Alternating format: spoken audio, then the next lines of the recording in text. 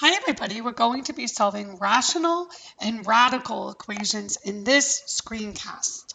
So I'm going to go through several examples. Feel free to pause the screencast if you need to stop and digest what was written. So in my first example, we're talking about a rational equation. So for example, x plus 2 over 4 minus x minus 1 over 5 is equal to 15. To solve this equation, there's several ways to do it, but what I recommend and what we're going to be doing in this screencast is multiplying every term by the LCD. So what is the LCD? Remember, LCD stands for lowest common denominator. And in this problem, the denominators are 4, 5, and 1. So the smallest common denominator, the smallest number all those numbers go into, is 20. So I'm going to multiply every term by 20, by x plus 2 over 5, x minus 1 over 5, and by the 15. So when I multiply by 20, the reason why I'm doing this is the denominators are going to cancel. So 4 goes into 25 times, and 5 goes into 24 times. So I'm left with the equation 5 times x plus 2 minus 4 times x minus 1 is equal to 20 times 15, which is 300. And then I just have to simplify this equation, which I know you know how to do. So I'll distribute. First I distributed 5, then negative 4. Notice I changed the sign here. That's a common mistake students make. Just be careful and take your time. I'll combine like terms. So 5x minus 4x is x. 10 plus 4 is 14. Subtract 14 from both sides, and the answer is x equals 286. Always check your answer. Make sure 286 is going to work. And what I mean by that, does it make a denominator 0? And it does not in this case. Okay, let's go to the next example.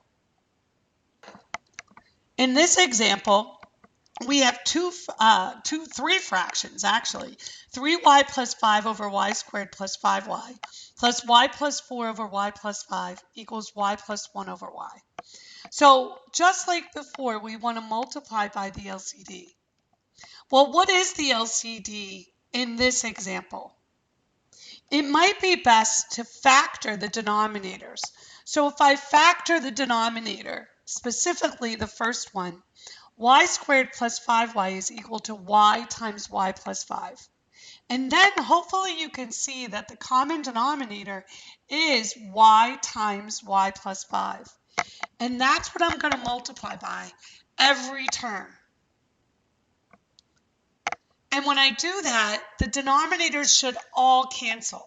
So y and y plus 5 and y plus 5 here, y plus 5 and y plus 5 here, and y here. So the resulting equations are 3y plus 5, or the resulting equation is, I should say, 3y plus 5 plus y times y plus 4 is equal to y plus 5 times y plus 1.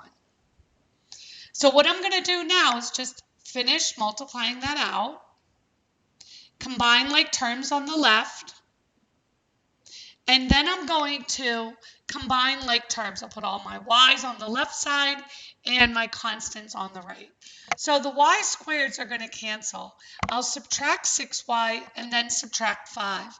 And I end up with y equals 0. But y cannot be equal to 0. Because if y is equal to 0, these denominators will both be 0. And you can't divide by a negative. So even though we did everything legally and we got this answer, we can't use it.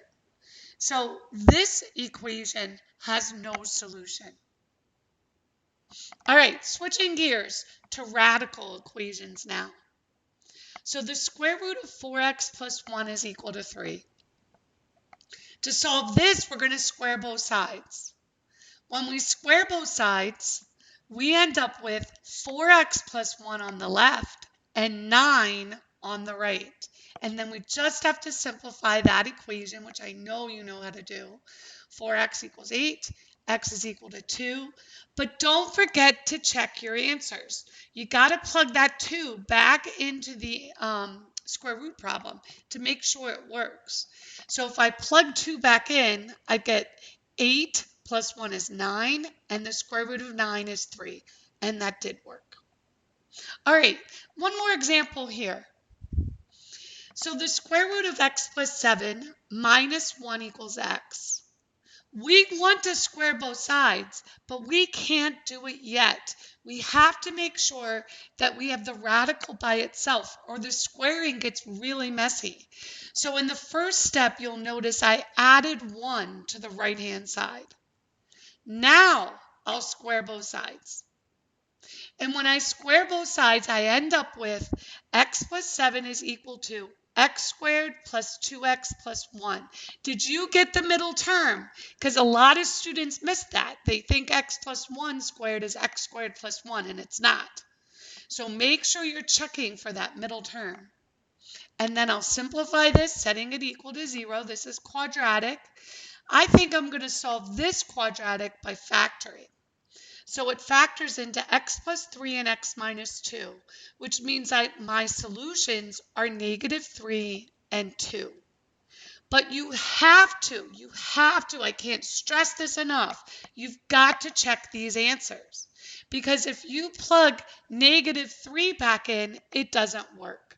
Negative 3 plus 7 is 4. The square root of 4 is 2. 2 minus 1 is 1. And that is not equal to negative 3. If you plug in 2, it'll work. 2 plus 7 is 9.